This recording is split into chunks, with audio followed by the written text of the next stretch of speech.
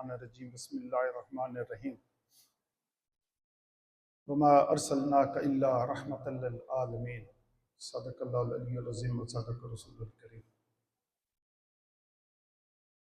آج کی محفل میلاد کی خوبصورت روحانی محفل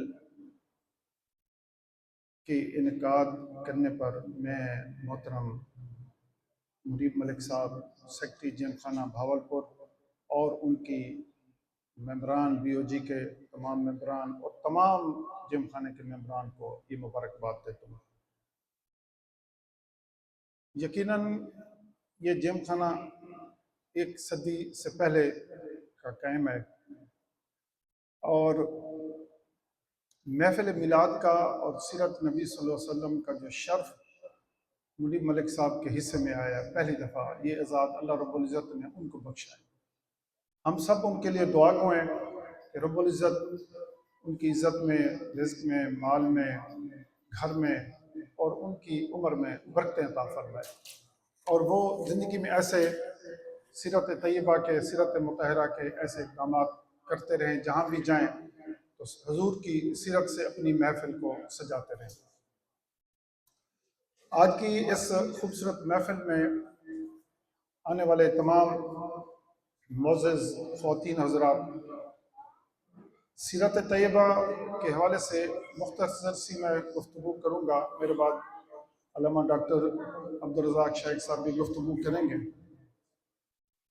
جیسا کہ آپ سب کے علم میں اور ہمارے لیے اس سال یہ بڑا اعزاز کا سال ہے اور فخر کا سال ہے کہ پاکستان کی دونوں پارلیمنٹ نے، ایوان بالا اور زیری یعنی قومی اسمبلی اور سینٹ نے ایک متفقہ قرارداد منظور کی کہ یہ سال، یہ عشرہ ربیع الاول شریف کا رحمت للعالمین کے نام سے منایا جائے گا۔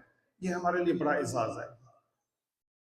جیسا کہ آپ کو پتہ ہے کہ یہ سال حضور سرور دو عالم صلی اللہ علیہ وسلم کی 15واں سو ولادت کا سال ہے۔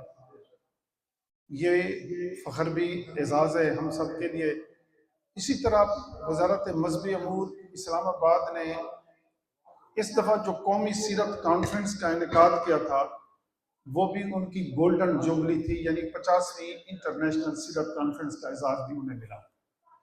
اس تسلسل کو، حکومت پاکستان کے تسلسل کو برقرار رکھتے ہوئے ہمارے سیکٹری صاحب نے بھی جیم خانہ میں یہ خوبصورت محفل سیرت خیر الانام سجائی ہے۔ حضور سرور دو عالم صلی اللہ علیہ وسلم کی سیرت کے جو چند امتیازی خصوصیات ہیں، میں ان کا کچھ ذکر کروں گا۔ آپ کے سیرت کے شمائل، خصائل اور فضائل، یہ 3 حصے ہوتے ہیں سیرت کے بیان کرنے کے۔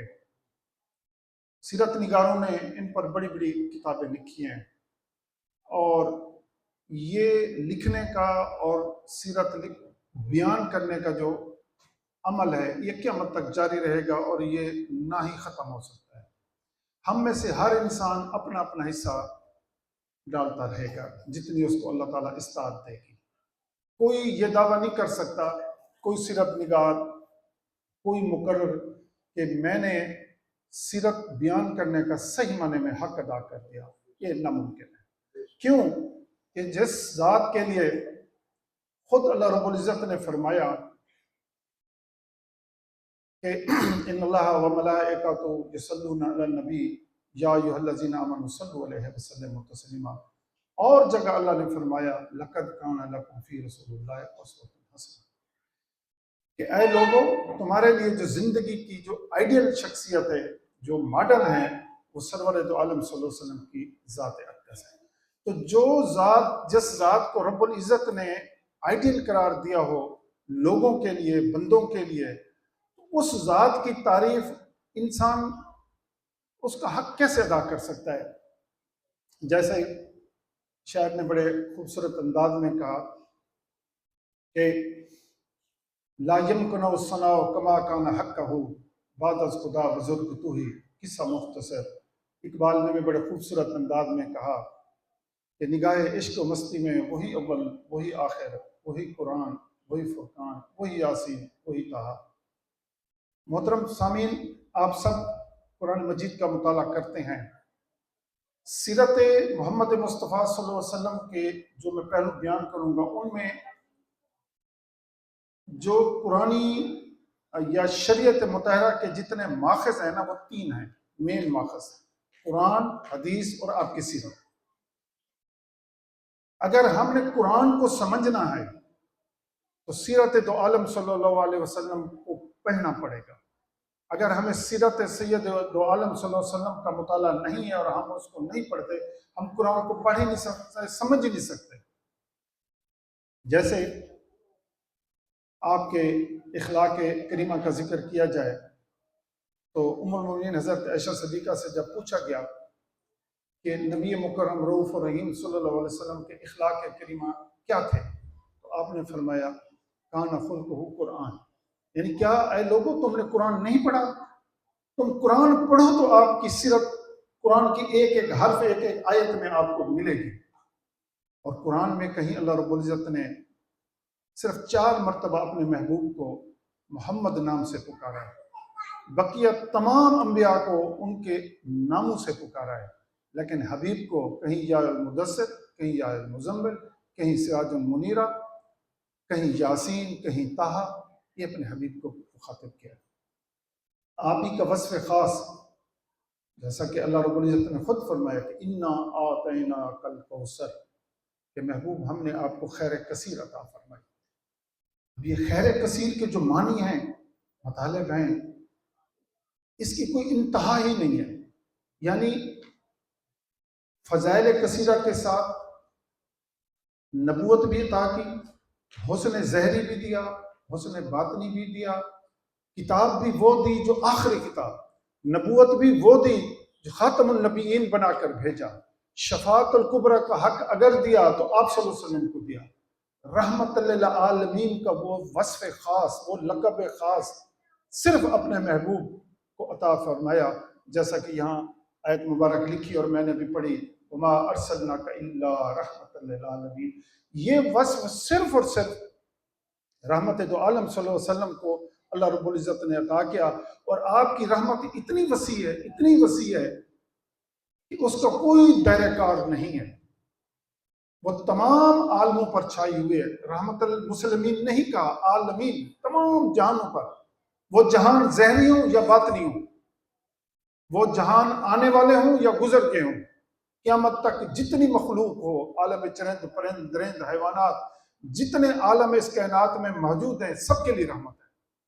آپ کی رحمت کا جو دائرہ کار ہے وہ اتنا وسیع ہے، کوئی بدبخت اس دور کا یا کسی بھی دور کا اس رحمت کے زمرے سے نکلنا چاہے تو اس کی اپنی مرضی ہے، بلکہ رحمت عامہ ہے۔ اسی طرح آپ کو مقام محمود کا جو اعزاز بخشا وہ بھی اپنے محبوب کو عطا کیا، یہ خیر و کثیر میں ہے۔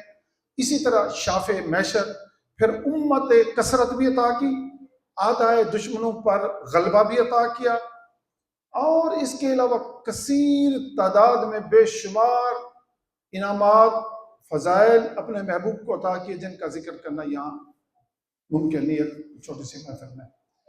اب میں سیرت طیبہ کے چند ایک جو نمایاں پہلو ہیں ان کے بارے میں گزارش کروں گا کہ آپ صلی اللہ علیہ وسلم کی جو سیرت ہے وہ عملی سیرت ہے۔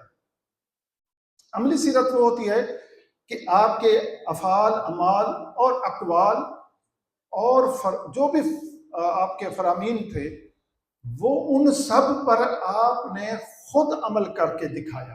ایک تو اس کا یہ معنی ہے، یعنی امت کے لیے کوئی ایسا فعل عمل نہیں چھوڑا جس پر خود عمل نہ کیا اور امت کو کہا کہ آپ یہ کریں، نہیں، پہلے خود کر کے دکھایا، یہ ہے عملی سیرت۔ اچھا، اس کا دوسرا معنی یہ ہے کہ اتنی آسان سیرت ہے کہ ہر انسان آپ کی جس سنت کو اپنانا چاہے اپنا سکتا ہے، کوئی مشکل نہیں ہے۔ اس کے مقابلے میں آپ سابقہ جتنے بھی انقلابی لیڈر ہیں یا لوگ ہیں یا ایمن کے انبیاء علیہ السلام بھی ہیں، ان کی سیرت کو دیکھیں۔ مثلا آپ عیسائیت کو دیکھیں، ہمارے قریب ترین جو نبی گزرے حضرت عیسیٰ علیہ السلام ہے، ان کی سیرت پر آپ چاہیں کہ بھی ہم عمل کرنا چاہیں تو ناممکن ہے، نہیں کر ہی نہیں سکتے، کیونکہ ان کی زندگی کے تھوڑے سے گوشے جو ہیں نا وہ عیاں ہیں۔ مثلا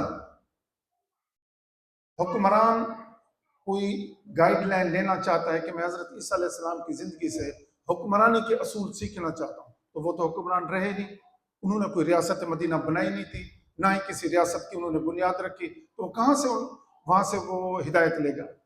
اسی طرح اگر کوئی شخص خاندانی نظام نکاح، اہلی قوانین، اہلی نظام سے کوئی عیسیٰ علیہ السلام کی زندگی سے کوئی افادیت لینا چاہے، تو عیسیٰ علیہ السلام نے تو خود شادی نہیں کی تھی، تو کیسے ان سے لے گا ان کی تعلیمات سے؟ بقیہ آپ دیکھ لیں جتنے بھی باطل ادیان ہیں جنہیں ہم غیر آسمانی مذاہب کہتے ہیں، زمینی مذاہب بھی انہیں کہہ سکتے ہیں، ان میں آپ بدھ کی مثال لے لیں، بدھ مت کی، تو بدھ ایک نکلتا ہے، بادشاہ کا بیٹا ہے، جنگلوں میں پھرتا ہے، گھر سے نکلتا ہے، ایک درخت کے نیچے اس کو نروان ملتا ہے، اور پھر وہ ایک مذہب کی بنیاد رکھتا ہے، چند اخلاقی باتوں کے علاوہ ان کے اندر ہے کیا؟ اب ان کا لباس دیکھیں کہ آج بھی آپ دیکھیں کہ ہندوؤں کی رسمیں یا اور بھی جتنے قابل ادیان کو آپ دیکھیں تو چند رسموں تک ان کا دین محدود رہ گیا ہے، تو وہ عملی دین نہیں تھے۔ یہ عملی سیرت صرف سرور دو عالم صلی اللہ علیہ وسلم کی ہے کہ آپ نے زندگی کا اگر کوئی باپ آپ کی سیرت سے ہدایت لینا چاہتا ہے تو اس کے لیے موجود ہے۔ آپ خود باپ کیسے تھے؟ کوئی استاد کے طور پر، معلم کے طور پر لینا چاہتے تو آپ بہت بڑے معلم تھے۔ کوئی تاجر کے طور پہ لینا چاہتے تو وہ بھی آپ نے فعل فرمایا۔ کوئی مجاہد اور جنگ کے حالات دیکھنا چاہتے تو آپ کی زندگی وہ بھی موجود ہے، غزوات موجود ہیں۔ ایون کہ زندگی کا کوئی شعبہ لے کے دیکھ لیں، کسی بھی شعبے میں آپ چلے جائیں، آپ کو یہ عملی جو سیرت ہے ہر معاملے میں آپ کی رہنمائی کرے گی۔ سیاست ہے، معاملات حکومت ہیں، معاملات تجارت ہیں، معاملات معیشت ہیں، معاشی نظام ہے، معاشرت ہے، یہ تمام معاملات میں سیرت مطہرہ آپ کی رہنمائی کرتی ہے۔ اس لیے یہ سیرت عملی بھی ہے اور جامع بھی ہے۔ اسی طرح آپ کی جو سیرت ہے وہ دین اسلام کا زندہ معجزہ بھی ہے، یعنی دین اسلام کی حقانیت کا زندہ اگر معجزہ ہے تو وہ بھی سیرت رحمت دو عالم صلی اللہ علیہ وسلم ہے۔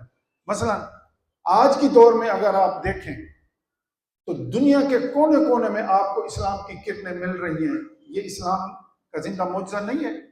آپ کو انڈونیشیا اور نیوزی لینڈ سے لیں اور آپ کو مغرب اور امریکہ تک پوری دنیا کے خطے میں جائیں، الحمدللہ میں نے تقریباً یہ تمام خطے دیکھے ہیں، جہاں بھی جائیں گے آپ کو اللہ اور اللہ کے رسول کی اذان اور نمازیں اور مساجد آپ کو ملیں گی۔ کیا یہ زندہ معجزہ نہیں ہے آپ کی سیرت طیبہ کا؟ مجھے یاد ہے کہ میں ماسکو میں گیا تو ماسکو کے دل میں، آپ گوگل پہ دیکھ لینا، سرچ کر لینا، وہاں پر ترکیہ نے ایک مسجد بنائی ہے، تو ہم نے وہاں پر سوچا کہ نماز جمعہ کہاں پڑھیں، تو ہمیں ایک چیچن مسلمان مل گیا، اس نے کہا جی گھبرائیں نہیں، مسجد ہے بہت بڑی، ہم آپ کو لے چلتے ہیں۔ جب ہم وہاں گئے تو بہت بڑی مسجد تھی، اور آپ یہ سن کے حیران ہوں گے کہ اس مسجد کا افتتاح جناب طیب اردگان نے کیا، اور وہ ساتھ رشین پریزیڈنٹ پوٹین کو بھی لے گیا تھا، ماسکو کے سنٹر میں، کمیونسٹ ملک کے سنٹر میں۔ ایون نیوزی لینڈ دیکھیں، آسٹریلیا دیکھیں، اور آپ موجودہ دور ابھی امریکہ کی مثال دیکھ لیں، یہ آپ کے لیے بہت بڑی خبر ہو کہ نیو یارک کی جو مکی مسجد ہے، ملک صاحب کو پتہ ہے، ملک صاحب وزٹ کرتے ہیں، مکی مسجد میں اوپن اذان ہوتی ہے جس طرح ہماری مساجد میں ہوتی ہے۔ کیا یہ زندہ معجزہ نہیں ہے؟ نیو یارک جیسے شہر میں اوپن اذان ہو رہی ہے مسجد میں، اللہ اور اللہ کے رسول کا نام زندہ ہو رہا ہے۔ اللہ رب العزت نے خود فرمایا هو الذي ارسل رسوله بالهدى ودين الحق ليظهره على دين كله وكفى بالله شهيدا، یعنی وہی ذات ہے جس نے اپنے محبوب کو دین حق کے ساتھ مبعوث کیا اور تمام ادیان پر غالب کیا، اور اللہ خود آپ کی نبوت کی صداقت کی گواہی دینے کے لیے کافی ہے۔ یعنی جو آؤٹ سورس ہے نا، آپ کی نبوت کی تصدیق اور صداقت اور حقانیت کے لیے، اس دین حق کی حقانیت کے لیے کسی بار کی ضرورت نہیں ہے۔ اللہ نے فرمایا کہ اگر دنیا کائنات کا ہر بندہ بھی مخالف ہو جائے پھر بھی میں آپ کی گواہی دیتا ہوں، وکفا باللہ شہیدا، میں کافی ہوں آپ صلی اللہ علیہ وسلم کی نبوت کی گواہی کے لیے۔ اور اس آیت مطہرہ سے یہ بھی پتہ چلا کہ آپ صلی اللہ علیہ وسلم کی سنت وحدانیت بیان کرنا، توحید بیان کرنا اللہ کی، آپ کی سنت یہ ہے کہ ہر وقت اللہ کی توحید بیان کرنی، لیکن رب العالمین کی بھی سنت ہے، اس کی بھی سنت ہے اپنے محبوب کی نبوت کی گواہی دینا۔ اور وہ گواہی کیا ہے؟ لا الہ الا اللہ محمد رسول اللہ۔ جب تک ہم لا الہ الا اللہ محمد رسول اللہ نہیں پڑھتے ہم کلمہ اسلام میں داخل ہی نہیں ہو سکتے۔ تو یہ وصف آپ ہی کی نبوت کا ہے۔ اسی طرح بات بہت لمبی ہو جائے گی، میں اس کو کلوز کرتا ہوں کہ عصر حاضر میں سیرت نبی صلی اللہ علیہ وسلم کا مطالعہ کیوں ضروری ہے؟ عصر حاضر میں سیرت نبی کا مطالعہ بہت ضروری ہو چکا ہے۔ دیکھیں کہ مغرب نے مذہب سے تو جان چھڑا لی ہے۔ مغرب نے کہا ہے کہ چرچ اور عوام کا جو مسئلہ ہے یہ مذہب ہر انسان کا انفرادی معاملہ ہے۔ اب مذہب میں خاندانی نظام مغرب میں ختم ہو چکا ہے، نظام نکاح، نظام جو جتنے بھی نظام ہے وہ سب ختم ہو چکے ہیں، آپ سب کو پتہ ہے۔ اور ان کی بڑی خواہش ہے کہ مسلمان بھی کسی طریقے سے اس نظام سے بے روا ہو جائیں۔ اب آپ دیکھیں کہ یورپ میں جو نئی جو لہر آئی وہ یہی تھی کہ انہوں نے اپنے پادریوں سے، کلیسا سے یہ کہا کہ آپ اپنے اداروں تک، اپنے کلیسا تک محدود رہیں، ہمیں اپنی مرضی سے جو کچھ ہے کرنے دیں۔ اب وہی لہر چلتے چلتے اب ہماری نوجوان نسل میں بھی پہنچ چکی ہے۔ ہمارے نوجوان بھی اب یہی سوال اٹھاتے ہیں کہ مذہب ہر انسان کا اپنا انفرادی معاملہ ہے، مذہب انسان کا انفرادی معاملہ ہے۔ تو عصر حاضر میں جب تک ہم سیرت مطہرہ کا مطالعہ نہیں کریں گے تو ہم مغربی یلغار کا مقابلہ کیسے کریں گے جب ہمیں اپنے نبی مکرم رؤوف رحیم صلی اللہ علیہ وسلم کی سیرت کا پتہ ہی نہیں ہے، ہم نے اس کا مطالعہ ہی نہیں کیا، تو ہم کیسے مغربی جو افکار ہیں ان کا مقابلہ کریں گے؟ اب آپ دیکھیں کہ آئے دن اسلام فوبیا ہے، مغرب اسلام کو دہشت گرد مذہب قرار دینا چاہتی ہے۔ اب اس کا مقابلہ ہم نے کیسے کرنا ہے کہ اسلام دہشت گردی کا مذہب نہیں ہے۔ اگر آپ رحمت دو عالم صلی اللہ علیہ وسلم کی سیرت طیبہ کا مطالعہ کریں تو آپ کو پتہ لگے گا کہ ٹوٹل جو نبوت کا پیریڈ ہے وہ 23 سال ہے، 13 سال مکہ مکرمہ میں، 10 سال مدینہ طیبہ میں۔ جو مکہ مکرمہ کے 13 سال ہیں ان میں تو کوئی فتوحات، جنگیں، غزوات ہوئے ہی نہیں، ہجرت کے بعد ہی سارے غزوات ہوئے ہیں۔ یہ ٹوٹل 27 غزوات ہوئے ہیں ٹوٹل۔ ان ٹوٹل 27 غزوات کا دورانیہ اگر آپ شمار کر لیں تو 1 سال بمشکل بنتا ہے، 1 سال صرف بنتا ہے۔ 23 سال کی زندگی میں، اس پورے انقلابی دعوت میں، انقلابی مشن میں 1 سال بنتا ہے۔ بقیہ جو 22 سال ہیں وہ کہاں گئے؟ مغرب کہتا ہے نا کہ اسلام تلوار کے زور پر پھیلا ہے، کیسے پھیلا ہے؟ اب آپ 250 کے قریب جتنی اموات ہوئے ٹوٹل غزوات میں، اتنی میں اسلام نے تو جتنے غزوات کی گئی ہیں سیرت طیبہ کی روشنی میں جو آپ پڑھیں تو ساری دفاعی تھی۔ اسلام نے کسی پر چڑھائی نہیں کی آج تک، کسی بھی غزوے میں کہیں بھی کوئی چڑھائی نہیں کی۔ جب بھی اسلام نے کوئی اقدام اٹھایا تو دفاعی اٹھایا۔ مثلا غزوہ بدر کو دیکھیں، کیا مسلمان گئے تھے لڑنے؟ غزوہ احد کو دیکھ لیں، گھر میں آ کے لڑے کفار مکہ مدینہ طیبہ میں۔ غزوہ احزاب کو دیکھیں، گھر میں آ کے لڑے مدینہ طیبہ میں۔ مسلمان کہاں گئے تھے مکہ میں لڑنے کے لیے؟ اسی طرح غزوہ تبوک کو دیکھیں کہ رومی 1 لاکھ کا لشکر لے کے آئے تھے۔ تو اسلام کی جتنی جنگیں تھیں وہ ساری دفاعی تھیں۔ اب مغرب جو یہ کہنا چاہتا ہے کہ یہ دہشت گرد مذہب ہے تو ہم اس کو بتا سکیں گے اسی صورت میں جب ہم سیرت مطہرہ کا مطالعہ کریں گے، تب جا کے ہم جواب دینے کی کوشش کریں گے۔ اچھا، ایک آج کل کے